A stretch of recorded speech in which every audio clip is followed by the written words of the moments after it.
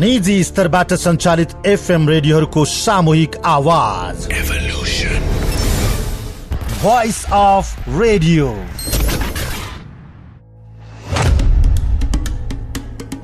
नमस्कार। देशैभरि सञ्चालित एफएम रेडियोहरूबीच कार्यक्रम उत्पादन, प्रसारण र व्यावसायिक सहकार्यमा नवीनतम प्रस्तुति कार्यक्रम भोइस अफ रेडियोमा यहाँलाई हार्दिक स्वागत छ। म विमल थापा। यो कार्यक्रम काठमाडौँ उपत्यका लगायत देशैभरिका 279 वटा एफएम रेडियोबाट एकैसाथ प्रसारण भइरहेको छ। कार्यक्रममा समृद्ध र सचेत समाज निर्माणका लागि आम नागरिकलाई सचेत गराउने उद्देश्यबाट विभिन्न समसामयिक विषयमा केन्द्रित रहेर सामग्री प्रस्तुत हुँदै आएको छ। श्रोता, आजको कार्यक्रममा नक्सा सम्बन्धी नेपालको संविधान दोस्रो संशोधन विधेयक सर्वसम्मत रूपमा पारित, राजतन्त्रले गुमाएको भूमि गणतन्त्रमा फिर्ता, राष्ट्रियताको सवालमा सबै नेपाली एकजुट, राजतन्त्रले गुमाएको भूमि गणतन्त्रले फिर्ता लिने ठाउँमा हामी आइपुगेका छौं र त्यो गर्वको साथ राजतन्त्रले गुमायो, गणतन्त्रले लिँदैछ। हाम्रो नेपालीहरूको राष्ट्रिय एकता नेपालको हितमा देखिएको छ, अत्यन्तै महत्त्वपूर्ण कुरा छ। नेपालको भूमिप्रति हिमाल, पहाड र तराईका सबै नागरिक सजग भएको मधेसवादी दलको भनाई। हिमाल, पहाड, तराई मधेसका सबै नेपाली जनता आफ्नो देशप्रति, आफ्नो भूमिप्रति सजग छ। र कोरोना भाइरसको संक्रमणका कारण नेपालको पुष्प व्यवसाय संकटमा लगायतका सामग्री रहनेछन्। सुरुमा भने कोरोना भाइरस कोभिड-19 को संक्रमण र यसको आजसम्मको अवस्थाका बारेमा कोभिड-19 विशेषलाई प्रस्तुत गर्दै हुनुहुन्छ साथी समीक्षा नेपाली। Corona update. नेपालमा कोरोना संक्रमण भएका थप 2 जना व्यक्तिको मृत्यु भएको छ। स्वास्थ्य तथा जनसंख्या मन्त्रालयले आज नियमित कोरोना ब्रिफिङका क्रममा वीरगंजमा जेठ 28 गते र जेठ 30 गते मृत्यु भएका व्यक्तिहरूमा कोरोना संक्रमण देखिएको पुष्टि गरेको छ। स्वास्थ्य मन्त्रालयका प्रवक्ता डाक्टर जागेश्वर गौतमले उनीहरूको वीरगंज प्रयोगशालामा गरिएको पीसीआर परीक्षणमा आज बिहान आएको रिपोर्टमा कोरोना पोजिटिभ आएको जानकारी दिनुभएको छ। 12 निजगढ 6 का 5 वर्षीय बालकको हिजो वीरगंज स्थित हेल्थ केयर सेन्टरमा उपचारका क्रममा मृत्यु भएको थियो भने बुधबार वीरगंजको घट्टाघर स्थित चौरमा बेवारिसी अवस्थामा भेटिएका अन्दाजी 25 वर्षीय पुरुषको समेत कोरोना जाँच गर्दा रिपोर्ट पोजिटिभ आएको बताएको छ। 2 जना थपसँगै नेपालमा 18 जना कोरोना संक्रमितको मृत्यु भएको छ। नेपालमा पछिल्लो 24 घण्टामा थप 273 जनामा कोरोना भाइरसको संक्रमण देखिएको छ। यससँगै देशभर संक्रमितको संख्या 5335 पुगेको छ। आज स्वास्थ्य मन्त्रालयका प्रवक्ता जागेश्वर गौतमले नियमित प्रेस ब्रिफिङमा दिएको जानकारी अनुसार नयाँ संक्रमित मध्ये 247 जना पुरुष भने 36 जना महिला रहेका छन्। कोरोनाको आशंकामा गत 24 घण्टामा 5661 जनाको पीसीआरबाट नमूना परीक्षण भएको छ। नेपालमा हालसम्म 3,17,870 जनाको कोरोना परीक्षण भएको स्वास्थ्य तथा जनसंख्या मन्त्रालयले जनाएको छ। जसमध्ये 1,27,288 जनाको पीसीआर र 1,90,582 जनाको आरडीटीबाट परीक्षण भएको मन्त्रालयका प्रवक्ता डाक्टर गौतमले बताउनु भएको छ। हालसम्म 72 जिल्लामा कोरोनाको संक्रमण फैलिएको छ। पछिल्लो 24 घण्टामा थप 36 जना कोरोना संक्रमित निको भई डिस्चार्ज भएका छन्। आज देशभरका आइसोलेसनमा रहेका मध्ये नारायणी अस्पताल वीरगंजबाट 5 जना, सप्तरीबाट 17, बाँकेबाट 8 र भरतपुर चितवनबाट 6 जना गरी 36 जना संक्रमण मुक्त भई डिस्चार्ज भएका हुन्। हालसम्म कोरोना संक्रमण निको हुनेको संख्या 913 पुगेको छ, जसमध्ये 822 पुरुष र 91 जना महिला रहेका छन्। र दैनिक 12,000 बराबरको पीसीआर परीक्षण गर्ने लक्ष्यसहित मेडिकल सामग्री आयात गर्दै आएको विद म्यानेजमेन्टले 25 थान पीसीआर मेसिन आयात गर्ने तयारी थालेको छ। पीसीआर मेसिन तथा अत्यावश्यक सामग्रीको अभावमा कोरोना परीक्षणमा लामो समय लागेको पाइएपछि सरकारसँग सहकार्यका लागि निजी क्षेत्रले 15 थान पीसीआर मेसिन र 10 थान पोर्टेबल पीसीआर मेसिन आयात गर्न लागेको हो। चीनबाट ती सामान आयात गर्न लागेको र 7 दिनभित्र काठमाडौँ आइपुग्ने विद म्यानेजमेन्टका प्रमुख बीके भण्डारीले जानकारी दिनुभएको छ। उक्त मेसिनले एक पटकमा 96 जनाको स्वाब परीक्षण गर्ने र 1 घण्टाभित्रै रिपोर्ट दिन सक्नेछ। झण्डै रु 30 करोड़ बराबरको मेडिकल सामग्री आयात गर्न लागेको जानकारी दिँदै प्रमुख भण्डारीले 1 लाख थान आरएनए किट, 1 लाख थान पीसीआर किट र 3 लाख थान भीटीएम समेत आयात गर्न लागेको बताउनु भएको छ। श्रोता, प्रतिनिधि सभाको आज बसेको बैठकबाट नक्सा सम्बन्धी नेपालको संविधान दोस्रो संशोधन विधेयक सर्वसम्मत रूपमा पारित भएको छ। नेपालको संविधान दोस्रो संशोधन विधेयक 2077 पारित गरियोस् भन्ने प्रस्तावको पक्षमा अर्थात् हुन्छ भन्ने पक्षमा जम्मा 258 मत, प्रस्तावको विपक्षमा अर्थात् हुन्न भन्ने पक्षमा 0 मत र प्रस्तावको मत दिन्न भन्ने पक्षमा 0 मत परेको छ।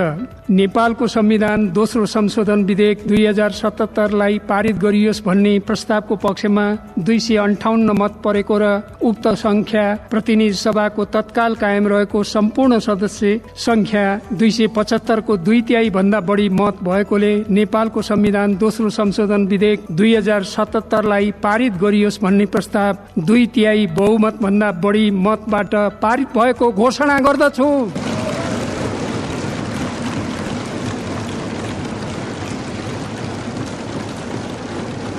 आजको बैठकमा कानून, न्याय तथा संसदीय मामिला मन्त्री शिवमाया तुम्बा आम्फेले नेपालको संविधान दोस्रो संशोधन विधेयक 2077 माथि दफावार छलफल गरियोस् भनेर प्रस्ताव प्रस्तुत गरेपछि प्रतिनिधि सभाका सभामुख अग्निप्रसाद सापकोटाले दफावार छलफलको क्रमलाई अगाडि बढाउनु भएको थियो।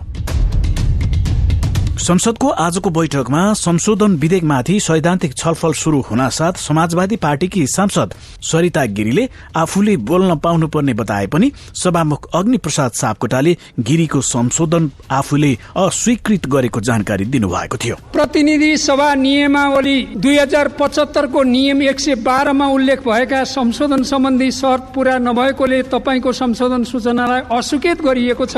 तसर्थ तपाईँ बस्नुस्। मैले समय दिएको छैन, तपाईँ बस्नुस्। मैले समय यहाँ बोल्नका लागि दिइसकेको छ। बस्नुस्, मैले रुलिङ गरिसकेँ। मैले स्वीकृत गरेको जानकारी दिएँ, तपाईँ बस्नुस्। लिम्पियाधुरा, कालापानी, लिपुलेख, कुटी, गुन्जी, नाभी सहितको भूभाग समेटेर सार्वजनिक गरेको नेपालको नयाँ राजनीतिक तथा प्रशासनिक नक्सालाई संवैधानिक मान्यता दिने गरी सरकारले संविधान संशोधन विधेयक ल्याएको थियो। विधेयकमा सबै राजनीतिक दलहरूले समर्थन जनाएका थिए। यही जेठ 27 गते प्रतिनिधि सभामा भएको सैद्धान्तिक छलफलमा सबै दलहरूले यस विधेयकको पक्षमा मतदान गर्ने प्रतिबद्धता सहित मिचिएको भूमि फिर्ता गर्न भारत सरकारलाई आग्रह समेत गरेका थिए। सत्तारूढ नेकपाका अध्यक्ष पुष्पकमल दाहालले राजतन्त्र कालमा गुमाएको भूमि नेपालले गणतन्त्र शासन व्यवस्थामा फिर्ता लिन लागेको बताउनु भएको थियो। प्रतिनिधि सभाको शनिबारको बैठकमा बोल्दै उहाँले गुमेको भूमि फिर्ता ल्याउन संविधान संशोधन हुनु नेपालको लागि राष्ट्रिय स्वाधीनताको विषय भएको बताउनु भयो। दोस्रो संविधान संशोधनको यो घडीमा आइपुगेका छौं। खास गरी देशको भौगोलिक अखण्डतासँग सम्बन्धित विषयमा हामी हिजो राजतन्त्र, खास गरी निरङ्कुश पञ्चायती तानाशाहीको प्रारम्भिक दिनमा राजतन्त्रले गुमाएको भूमि गणतन्त्रले फिर्ता लिने ठाउँमा हामी आइपुगेका छौं र त्यो गर्वको साथ राजतन्त्रले गुमायो, गणतन्त्रले लिँदैछ। त्यो ऐतिहासिक गौरव हाम्रो यो सदनलाई प्राप्त हुँदैछ। दाहालले उक्त विधेयकमा नेपालीले जनाएको समर्थनमा आफ्नो पनि ऐक्यबद्धता रहेको बताउनु भयो। देशको गुमेको भूभाग फिर्ता लिने चरणमा आइपुगिएको र विगतमा पनि पटक पटक उठाउँदै आइएको उहाँले बताउनु भयो। लामो समयदेखि यो संघर्ष बहस चल्दै आएको थियो र त्यो बहसको एउटा केन्द्रीकरणको रूपमा अहिले यहाँ आइपुग्दा हामी देशको गुमेको भूभाग फिर्ता लिने प्रक्रियाको एउटा नयाँ चरणमा हामी आइपुगेका हौं। यस्तै लिम्पियाधुरा सहितका क्षेत्र समितिको नयाँ नक्सा अनुसार निशान छाप परिवर्तन गर्न सरकारले ल्याएको संविधान संशोधन विधेयकको दफावार छलफलमा भाग लिँदै प्रमुख विपक्षी नेपाली कांग्रेसका सभापति शेरबहादुर देउवाले मुलुकको सार्वभौम सत्ता र अखण्डताको पक्षमा राष्ट्रिय एकता कायम भएको बताउनु भएको थियो। सरकारले ल्याएको संविधान संशोधन विधेयक मुलुकको हितमा भएका कारण कांग्रेसले केन्द्रीय समिति र संसदीय दलले समर्थन गरेको देउवाले बताउनु भयो। काली नदीको पूर्वी भाग नेपालको भन्ने कुरा स्पष्ट छ। यसमा दुईमती छैन। त्यसकारण चाहिँ नि हाम्रो पार्टीले केन्द्रीय समितिले पनि संशोधन प्रस्तावमा सपोर्ट गर्ने निर्णय गरेको छ। केन्द्रीय समितिको हाम्रो बैठकले सम्पूर्ण सदस्यहरूले कुनै पनि किसिमको चाहिँ नि नेपाल जस्तो आफ्नो भूमिको सम्बन्धमा पूर्ण रूपमा यसमा चाहिँ नि सपोर्ट गरेको छ। मुलुकको अखण्डताको पक्षमा देखिएको राष्ट्रिय एकतालाई कायम गर्नुपर्ने बताउँदै देउवाले अरू विषयमा आफू नबोल्ने भन्दै छोटो सम्बोधन गरेर राष्ट्रिय अखण्डताको विषयमा सरकारलाई सधैँ समर्थन रहने प्रश्न पार्नुभयो। यो चाहिँ नि सबै पार्टीहरूको यसमा समर्थन देखिनु, यो हाम्रो नेपालीहरूको राष्ट्रिय एकता नेपालको हितमा देखिएको छ। अत्यन्तै महत्त्वपूर्ण कुरा छ। यो नेपालीहरू जुनसुकै ठाउँका किन नहुन्, राष्ट्रिय हितका लागि, राष्ट्रको चाहिँ नि सार्वभौम सम्पन्नताका लागि, राष्ट्रको अखण्डताका लागि सब एक छ भन्ने कुरा स्पष्ट भएको छ। त्यसैले यसैगरी समाजवादी पार्टीका सांसद उपेन्द्र यादवले महाकाली सन्धि गर्दा राष्ट्रघात भएकाले जनतासँग कांग्रेस र कम्युनिस्टले माफी माग्नुपर्ने बताउनु भयो। यादवले महाकाली सन्धि हुँदा आफू सांसद पनि नभएको उल्लेख गर्दै त्यसबेला सांसद हुने र नेतृत्व गर्नेहरूले सुगौली सन्धि भन्दा पनि पछि हटेर महाकाली सन्धि गरेकाले माफी माग्नुपर्ने बताउनु भयो। यो महाकाली सन्धिले पछाडि धकेल्ने र महाकालीका अधिकांश, पुरै महाकाली पनि होइन, अधिकांश भाग साझा नदी हुने, सीमा हुने, यो र त्यो सन्धि मिलाउँदाखेरि हामीले के गरेका रहेछौँ त? अब जवाफ दिनु पर्यो। यहाँहरूले त्यसबेला कांग्रेसका नेताहरूले, कम्युनिस्ट पार्टीका नेताहरूले जो त्यसबेला संलग्न हुन्थ्यो, उहाँहरूले जवाफ दिनु पर्यो। यो महासुगौली सन्धि भन्दा पनि पछाडि हटेर राष्ट्रको हित गरे अहित गरे हो कि होइन? यसको लागि हामी सबैले माफी किन माग्ने? देश र जनतासँग यहाँहरूले माफी माग्नु पर्यो। यादवले भन्नुभयो, महाकाली सन्धि गर्दा जे गरिएको थियो त्यसको जवाफ दिनुपर्दछ। कांग्रेस कम्युनिस्टले माफी माग्नुपर्दछ। सुगौली सन्धि भन्दा पछि हटेर महाकाली सन्धि गरे हो कि होइन त्यसबारेमा जवाफ दिनु जरुरी छ। मधेसीलाई गाली गर्ने, राष्ट्रघाती भन्ने अनि त्यसबेला सन्धि गर्नेहरूले माफी माग्नु पर्दैन, यादवको प्रश्न थियो। श्रोता, प्रतिनिधि सभाको आजको बैठकबाट नक्सा समिति नेपालको संविधान दोस्रो संशोधन विधेयक सर्वसम्मत रूपमा पारित भएको छ। अब नेपालको निशान छापमा नयाँ नेपालको नक्सा समावेश रहनेछ। यो नेपालको इतिहासमा गौरवपूर्ण दिनका रूपमा समेत लिन सकिन्छ। नेपालको राष्ट्रियता, एकता र भौगोलिक अखण्डताका निम्ति तराई मधेसवादी दलहरूले समेत ऐक्यबद्धता जनाएका छन्। साथी प्रतीक नेउपानेको रिपोर्ट अफ द डे। निशानछाप परिवर्तन सम्बन्धी संविधान संशोधन प्रस्तावमा सहमति जनाए पनि मधेसवादी नेताहरूले आफूहरूको राष्ट्रियतामा प्रश्न उठाइने गरेको प्रति असन्तुष्टि जनाएका छन्। राष्ट्रिय एकता, भौगोलिक अखण्डताको मुद्दा कहिल्यै पनि एकलौटी हुन नसक्ने उनीहरूको ठहर छ। जनता समाजवादी पार्टीका सांसद राजेन्द्र महतो, हिमाल पहाड तराई मधेसका सबै नेपाली जनता आफ्नो देशप्रति, आफ्नो भूमिप्रति सजग छ, समर्पित छ, संवेदनशील छ। राष्ट्रियताको सवाल पनि एक लौटी रे, कसैको एक लौटी राष्ट्रियता रे। राष्ट्रियताको सवाल आउँदाखेरि त्यो मधेसीले राष्ट्रियताको कुरा गर्छ र? गर्दैन नि। अरे राष्ट्रियता कसैको एक लौटी होइन, याद गर्नुहोस्। राष्ट्रियता भनेको सबैको, सम्पूर्ण नेपाली जनताको नेपाली राष्ट्रियता हो। कुनै एउटा वर्ग, एउटा जाति, एउटा समुदाय, एउटा क्षेत्रको राष्ट्रियता हुनै सक्दैन। देशको भूगोल मात्रै नभई जनता पनि राष्ट्रियता रहेको उनीहरूको भनाइ छ। तर राष्ट्रियता प्रति प्रश्न उठाएर मधेसीहरू माथि नस्लीय विभेद गरिएको संसदमा गुनासो पोखिएको छ। फेरि जसपा नेता महतो, आज हाम्रो बारेमा त अनुहार हेर्ने बित्तिकै मधेसी, यो त राष्ट्रघाती नै होला, यो त मधेसी, यो त विदेशी नै होला, यो त भारतीय नै हो भनेर कुण्ठाबाट भरिएका नस्लीय चिन्तन बोकेकाहरू आजदेखि त्यो हटाइदियो। प्रतिनिधि सभा बैठकमा बोल्दै जसपा अध्यक्ष उपेन्द्र यादवले मधेसीहरूलाई गाली गरेर मात्रै राष्ट्रवादी नभइने टिप्पणी गर्नुभयो। देशभित्र दोहोरो एकता नभई बाह्य शक्तिसँग कूटनीतिक रूपमा अडिक हुन नसकिने पनि उहाँको तर्क थियो। जबसम्म सबै समुदायहरू, सबै राष्ट्रियताहरूलाई जबसम्म एकसाथ एउटै भावनात्मक एकतामा जोड्न सक्नुहुन्न, जबसम्म आन्तरिक एकता दर हुँदैन, बाहिरको शक्तिसँगको डिप्लोमेसीले काम गर्दैन र राष्ट्रहित हुन सक्दैन। त्यस कारणले पहिलो राष्ट्रिय एकता यहाँ खोज्नुपर्छ। यो भावनाहरू, जातीयवादी भावना, संकीर्णतावादी भावना त्याग्नुहोस्। झन् कम्युनिस्टहरूले त गर्नै नहुने। भारतसँगको विभिन्न राष्ट्रघाती सन्धि सम्झौतामा राष्ट्रियताको ठेका लिएको भनिएका समुदायका व्यक्तिहरूको नै संलग्नता भएको भन्दै मधेसवादी नेताहरूले आफूहरूले भौगोलिक अखण्डतामा कुनै सम्झौता नगर्ने बताएका छन्। यता नेकपा सांसद भीम रावलले पनि राष्ट्रियता जात, धर्म, वर्ग तथा लिङ्गले निर्धारण गर्ने विषय नभएको बताउनुभयो। यो प्रस्ताव नेपाली जनताको देशभक्तिपूर्ण भावनाको अभिव्यक्ति हो र सबै वर्ग, जाति, लिङ्ग, समुदाय र क्षेत्रका जनताको साझा आकांक्षा हो। मानिसहरूका वेशभूषा फरक हुन सक्दछन्, भाषा फरक हुन सक्दछन्, हिमालमा बस्न सक्छन् कोही तराई मधेसमा, कोही पूर्व कोही पश्चिम। जबसम्म राजनीतिक दल, पार्टी र व्यक्तिले देशको सर्वोपरि हितको लागि काम गरिरहन्छ ती सबै देशभक्त हुन्छन्। ती व्यक्तिहरू मात्रै त्यति बेला त्यस्तो व्यक्तिहरूमाथि मात्रै प्रश्न उत्पन्न हुन्छ जसले नेपालको स्वतन्त्रता, स्वाधीनता, सार्वभौमसत्ता, अखण्डता, स्वाभिमानलाई स्थापित गर्ने कुरालाई कुनै प्रस्ताव ल्याएर त्यसप्रति भ्रम सिर्जना गर्न खोज्छ कसैले। तराई मधेसमा विभिन्न समयमा सीमाको रक्षा गर्ने क्रममा मधेसी समुदायका नेपालीहरूले ज्यानसम्म गुमाउन पुगेका छन्। तसर्थ जननी जन्मभूमिश्च स्वर्गादपि गरिएसी, अर्थात् जन्म दिने आमा र आफ्नो जन्मभूमि स्वर्ग भन्दा पनि महान छन् भन्ने श्लोकलाई सार्थक बनाउन हिमाल, पहाड, तराई मधेस बीचको एकता, सद्भाव र भातृत्व दीर्घकालसम्म कायमै रहन आवश्यक देखिन्छ। भोइस अफ रेडियोका लागि प्रतीक नेउपाने, काठमाडौँ। श्रोता, नेपालमा कोरोना संक्रमण भित्रिएसँगै मुलुकको समग्र परिस्थिति बदलिएको छ।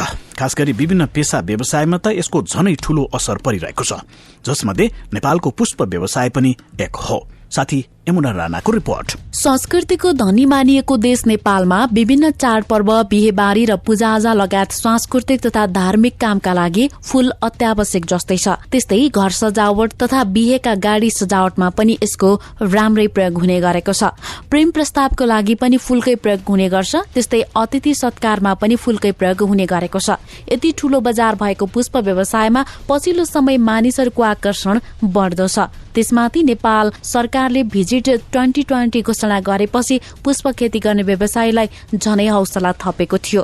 यसरी फस्टाउँदै गरेको पुष्प व्यवसाय कोरोना महामारीले चौपट पारेको छ। भक्तपुरमा विगत 12 वर्षदेखि पुष्प खेती गर्दै आउनुभएकी एभरग्रीन फ्लोरा एण्ड एग्रिकल्चर फार्मकी सञ्चालिका राधा मताङ्गीले 4 महिना लकडाउनको अवधिमा आफ्ना सम्पूर्ण उत्पादन फाल्नु परेको सुनाउनुभयो। हामीले लगभग 80सम्म हामी फूल फाल्दैछौँ। अहिलेसम्मको सबै गर्दाखेरि लगभग 15 लाख जतिको नोक्सानी भयो 3 महिनामा। हाम्रो मासिक अब खर्च कटाएर हाम्रो सबै कटाएर 1-1.5 लाख रुपियाँ हुन्थ्यो। अब सबै गर्दाखेरि हुन्छ 4-5 लाख कहिले सिजनमा भर पर्छ कि हाम्रो व्यवसाय चाहिँ नि। सिजनमा चाहिँ फुल एकदमै बढी जान्छ, एकदमै हाई हुन्छ, अफ सिजनमा कम हुन्छ। अब हेरौँ लकडाउन खुकुलो भएर फुल पसलहरू खुल्यो भने चाहिँ अनि बल्ल अलिकति आशा आउँछ होला। लकडाउनको बेला कृषि बाली लगायत केही अत्यावश्यक उत्पादनले बजार पाए पनि धार्मिक, सांस्कृतिक लगायत सबै कार्य ठप्प हुँदा 100% उत्पादन फाल्नु परेको व्यवसायीले बताएका छन्। यस वर्ष सरकारले घोषणा गरेको भिजिट 2020 लाई लक्षित गरेर पुष्प व्यवसायीहरूले लगानी बढाएकोले पनि उनीहरू झनै मारमा परेको बताउनुहुन्छ फ्लोरिकल्चर एसोसिएसन नेपालका अध्यक्ष कुमार कसजु। भिजिट नेपाल 2020 सरकारले घोषणा गरेको थियो। त्यो हुँदाखेरि चाहिँ अब 20 लाख पर्यटक चाहिँ नेपालमा भित्र्याउने भन्ने थियो। जब पर्यटक भित्र्याइसके पछाडि अब यहाँका ट्राभल टुरिज्म इन्डस्ट्रीहरू राम्रोसँग चल्ने भएको कारणले गर्दाखेरि असाध्यै उत्साहित थियो पुष्प व्यवसायी। त्यो अनुसार लगानी पनि गरेको थियो होइन। लकडाउन भन्दा अगाडिको अवस्थामा यो वर्ष हाम्रो वार्षिक टर्नओभर चाहिँ 3 अरब भन्दा माथि जाने हाम्रो प्रक्षेपण थियो होइन। तर अब दुर्भाग्यवश विश्वभरि नै अब महामारीको कारणले गर्दाखेरि हाम्रो इन्डस्ट्री लगभग चाहिँ नि फागुनको पहिलो हप्तादेखि सरकारले सामूहिक विभिन्न ग्यादरिङका प्रोग्रामहरू नगर्नु भन्ने खालको आदेश भइसके पछाडि हाम्रो इन्डस्ट्रीमा उत्पादन भएका सारा चाहिँ तपाईँको फुलहरू चाहिँ हामीले अहिलेसम्म भनौँ न अब उत्पादन गरेका फुलहरू सबै नै डम्पिङ भएको अवस्था छ। त्यसकारणले गर्दाखेरि यति ठुलो लगानी ठुलो मारमा पर्न गयो।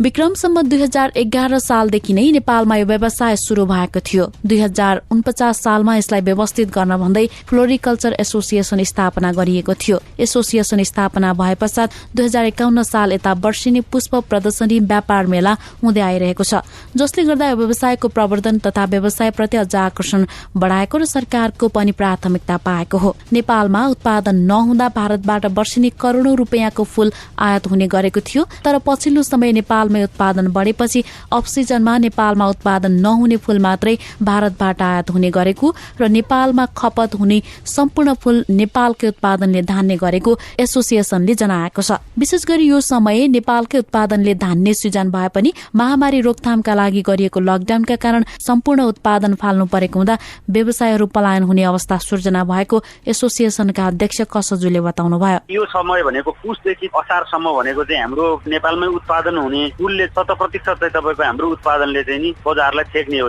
यो समयमा के अरे आयात गर्नु नपर्ने समय हो। आयात गर्नु नपर्ने समयमा उत्पादन भएको फूलहरू 100% हामीले छेर फाल्नु परेको छ।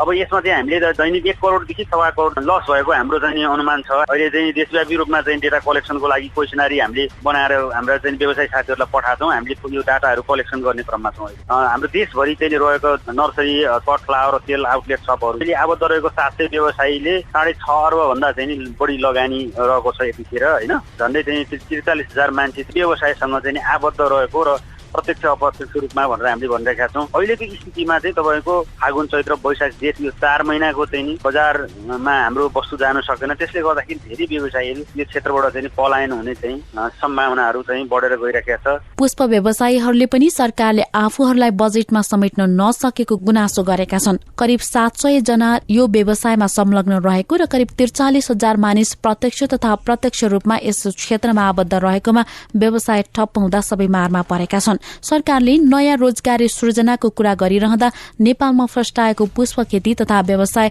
धरापमा परेको छ भने धेरैको रोजगारी समेत गुम्ने खतरा रहेको छ। त्यसैले यसतर्फ पनि सरकारले बेलैमा ध्यान दिनु जरुरी छ। भोइस अफ रेडियोका लागि यमुना राणा, काठमाडौँ।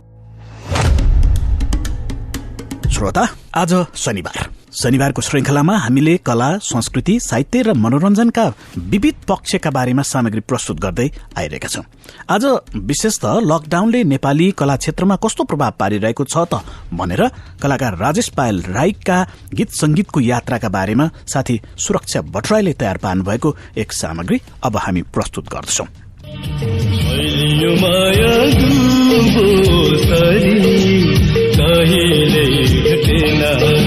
यो गीतमा आवाज सबैका प्रिय गायक राजेश पाल राईको हो। उनलाई राइस किङ भनेर पनि चिनिन्छ। विगत 3 दशकदेखि उनी गीत संगीतको क्षेत्रमा सक्रिय छन्। यो बीचमा उनले झण्डै 7,000 गीत गाएका छन्। उनले दर्जनौं एल्बमहरू निकालेका छन्। विभिन्न सम्मानहरूबाट समेत सम्मानित भएका छन्। नेपाली चलचित्र, सुगम संगीत लगायत विभिन्न भाषाका गीत उनले गाएका छन्। नेपाली फिल्ममा मात्रै मैले 1500 त गाएँ होला चलचित्रमा। अनि त्यसपछिको अरू छुटपुटहरू अनि भाषागत गीतहरू जस्तो अब म राई हो, राईभित्रकै मेरो अब 26-27 भाषाको गीतहरू गीत गाएको छु। त्यो आउने क्रममा छ।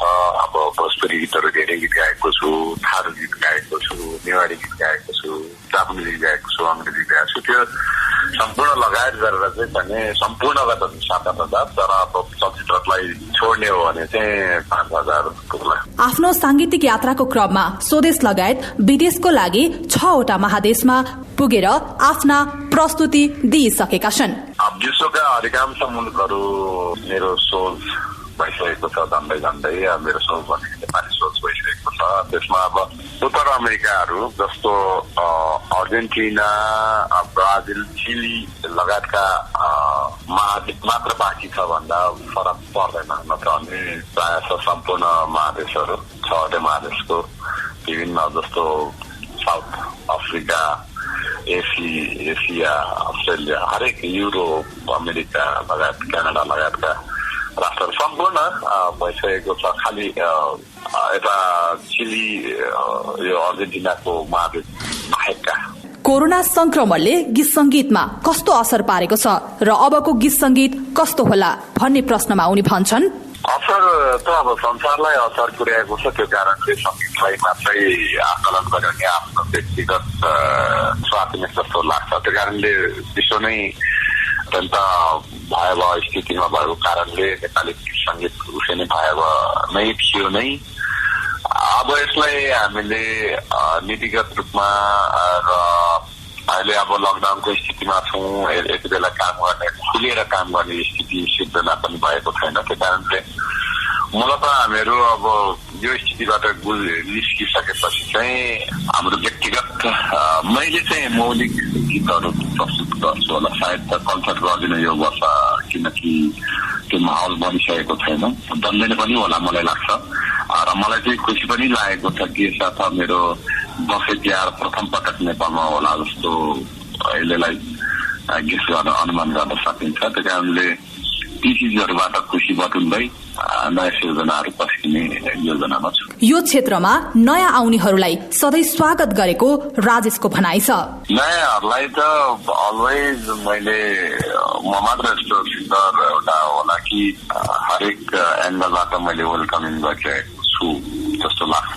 अत्यन्तै नयाँ प्रतिभाहरू र जसले म गर्न सक्छु, मसँग त क्षमता छ भन्ने प्रतिभाहरूलाई त मैले जहिले पनि अङ्गालो हालेर अगाडि स्थापित गराइरहेको छु। उहाँलाई त जहिले पनि स्वागत छ। तर लयलाई अर्काको एट्र्याक्सन देखेर एट्र्याक्टिभ भएर होइन कि आफ्नो लगाव र आफ्नो चाहिने पेसेन्स लिएर अगाडि बढ्नुभयो भने उहाँहरूलाई जहिले पनि स्वागत नै छ मेरो तर्फबाट। उनको सृजनाबाट दर्शक श्रोताले कति मनोरञ्जन लिइरहेका छन् त्यो मूल्याङ्कन दर्शक श्रोताले नै गर्नेछन्। गायक राईलाई नेपाली संगीतको माध्यमबाट नेपाललाई विश्वभर चिनाउन सफल भएका छन्। उनको यो मेहनत र सफलताको लागि हामी सबैले सम्मान गर्नै पर्छ। भोइस अफ रेडियोका लागि सुरक्षा भट्टराई, सिटिजन एफएम, काठमाडौँ। श्रोता, कार्यक्रम भोइस अफ रेडियो काठमाडौँ उपत्यका लगायत देशैभरिका 279वटा एफएम रेडियोबाट एकैसाथ प्रसारण भइरहेको छ। कार्यक्रममा समृद्ध र सचेत समाज निर्माणका लागि आम नागरिकलाई सचेत गराउने उद्देश्यबाट विभिन्न समसामयिक विषयमा केन्द्रित रहेर सामग्री प्रस्तुत हुँदै आएको छ। हवस् त, आजको कार्यक्रम यति नै। भोलि हामी थप विषयवस्तुका साथ फेरि पनि उपस्थित हुनेछौं। तबसम्मका लागि कार्यक्रम उत्पादनमा साथ दिनुहुने साथीहरू प्रतीक नेउपाने, यमुना राणा, सुरक्षा भट्टराई, समीसा नेपाली र सुरेश भण्डारीसँगै म विमल थापालाई पनि बिदा दिनुहोस्। तपाईँ सचेत रहनुहोस्, स्वस्थ रहनुहोस् अनि सुरक्षित रहनुहोस्। नमस्कार।